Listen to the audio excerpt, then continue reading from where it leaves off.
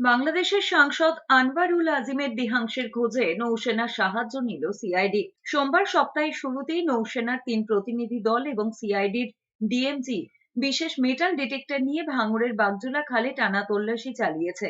বাংলাদেশের পুলিশের দাবি, নিউটাউনের ফ্ল্যাটে খুন হয়েছিলেন বাংলাদেশের শাসক দল আওয়ামী লীগের সাংসদ আনওয়ারুল আজিম। পরে চামড়া ছাড়িয়ে টুকরো টুকরো করে কাটা হয় তার দেহ। এখনো মেলেনি আওয়ামী লীগ সাংসদের সব দেহাংশ।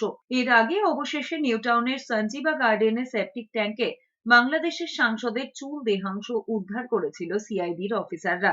বাংলাদেশে গ্রেপ্তার আর এক অভিযুক্ত আনামুল্লাহকে ভিডিও কলে জেরা করে জানা যায়, সাংসদ আনওয়ারুল আজিমকে খুনের পর তার দেহের মাংস এবং হাড় আলাদা করা হয়। এরপর কিমা করা সেই মাংস কোমরের মধ্যে ফেলে একাধিকবার ফ্ল্যাশ করা হয়েছিল। এরপরে সঞ্জীবা আবাসনের কোমর নিকাশি পাইপ এবং সেপটিক ট্যাঙ্কে তল্লাশি চালানো হয়। এরপরেই সাংসদের দেহাংশ এবং চুল পায় তদন্তকারী অফিসাররা।